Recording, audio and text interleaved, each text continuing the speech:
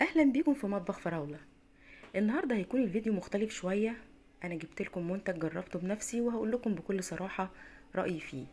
انا بحب اكون صريحة معاكم علشان انتوا الاهم عندي، ورأيي في اي منتج لازم يكون عن تجربة شخصية من غير اي مجاملة. هقول رأيي بكل صراحة، سواء كويس زي ما بيقولوا ولا مجرد دعاية وفلوس على الفاضي. وزي ما عودتكم رأيي لازم يكون عن تجربة، والفيديو ده مش اعلان ولا مدفوع فيه اي اجر ولا ليا فيه اي مصلحة، غير انكم تشوفوا الحقيقة والنتيجة معايا بعينيكم. سمعت وشفت صفحات كتيرة بتتكلم عنه كدعاية ليه، ولكن حبيت اطلبه واجربه بنفسي قدامكم. المنتج ده عبارة عن ملمع اساس او ملمع اخشاب، اسمه بي بوكس. انا طلبته وتاني يوم بالظبط وصلني. طلبته من الصفحة الرئيسية بتاعته، وبصراحة ما تأخروش، تاني يوم كان عندي، وبفتحه قدامكم لأول مرة دلوقتي علشان أشوفه معاكم. المنتج ده كان عبارة عن برطمان. فأنا حبيت أطلب البرطمان، لقيت إنه في عرض 3 مع بعض كان أوفر بكتير جدا. فقررت إن أنا أجيب ال3 لأن أنا عندي الأساس كله أو العفش بيتي كله عبارة عن خشب. فأنا حبيت إن أنا أستفيد بالعرض وجبت ال3 عبوات مع بعض. أنا بفتحه لأول مرة قدامكم، وهشوف كل حاجة عنه قدامكم بالظبط شكلها ايه. البرطمان بالشكل اللي انتوا شايفينه ده. وعايزة اقول انه المنتج ده فيه منه تقليد كتير وكذا صفحة عاملة تقليد منه مش الاصلي، لكن انا طلبته من الصفحة الاصلية. يعني ده المنتج الاصلي من الصفحة الرئيسية بتاعته او الاصلية بتاعته. هتلاقوا البرطمان بالشكل ده، لان التقليد مش الشكل ده خالص. بتفتح البرطمان بيبقى عبارة عن غطاين، غطا لونه اسود وغطا شفاف زي ما احنا شايفين كده. انا حاولت افتح الشفاف وهو لازق شويه لانه خفيف جدا. حاولت افتحه بس بصعوبه لانه كان لازق في الماده دي، لكن انا لقيت حته كده بارزه فطلعته منه. زي ما احنا شايفين كده شكله عباره عن يعني يشبه للشمع او على شكل السمنه، لكن هو عامل زي الشمع او هو تقريبا شمع سائل. انا اول ما وصلني حطيته في التلاجة لانه كنت متوقعة انه هيبقى سايح، لانه كذا حد في الصفحات اللي بتاخده وبتستلمه بيقولوا انه لما بيوصل بيبقى سايح، خصوصا في الصيف. شكل العلبة زي ما انتم شايفين كده، البرطمان بنفس الشكل ده.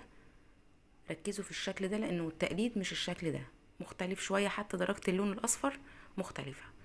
شايفين شكل المادة نفسها عاملة ازاي من جوه. حبيت اجربه اول حاجة في الانتريه. شايفينه يعني الانتريه عندي بقاله فتره ما كانش اتلمع، وانا سايباه قصداها علشان اجرب بيبوكس عليه. للامانه انا لقيته بلمعان رهيب زي ما انتم شايفين كده، اكنكم يعني بتكبوا عليه زيت او سمن، لكن هي الماده نفسها ماده شمع. الريحه عامله زي ريحه البويات او ريحه الدهانات. اكنك جايبه استورج في البيت بيلمع لك الخشب. انا انبهرت اول ما حطيته على الخشب للامانه. اللمعه بتاعته فظيعه، جميل وطري.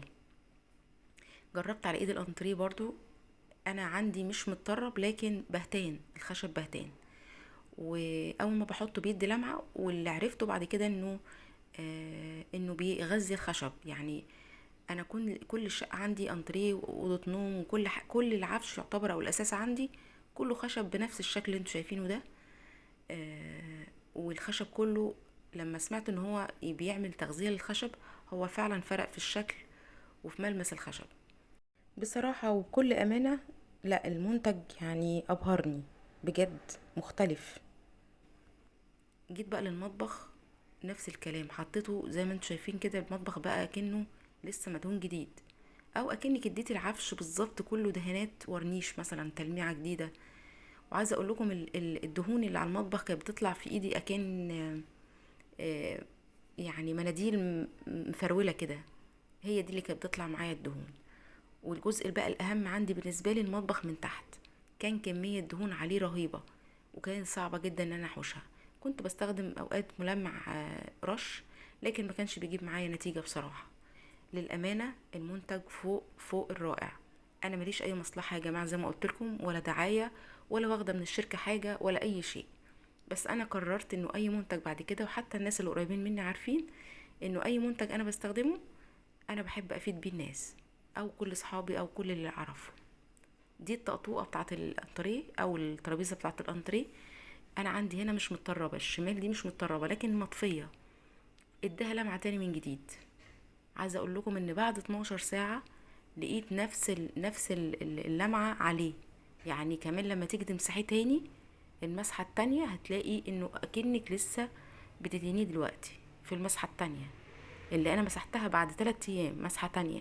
اما عن كميه البرطمان فانا عملت اوضه النوم كامله، عملت الانتريه كامل، عملت جزامه كبيره، وعملت المطبخ، وعملت سريرين ودولاب. عايزه اقول لكم يا دوب نص البرطمان وباقي معايا النص التاني. وبكده خلصت التجربه بتاعت النهارده وشفتوا بعينيكم. زي ما قلت لكم بالظبط انا احب اكون امينه جدا معاكم في اي تجربه، وعلى فكره سعر العرض ده كويس جدا. واللي جربه وحابب يشاركنا برأيه في كومنت يكتب لنا في كومنت رأيه. ولو حابين اجرب اي منتج تاني قولولي، وما تنسوش بقى اللايك والشير لكل حبايبكم علشان يستفيدوا بالعرض. اشوفكم في فيديوهات احلى واحلى من مطبخ فراولة. شكرا ليكم ولمتابعتكم.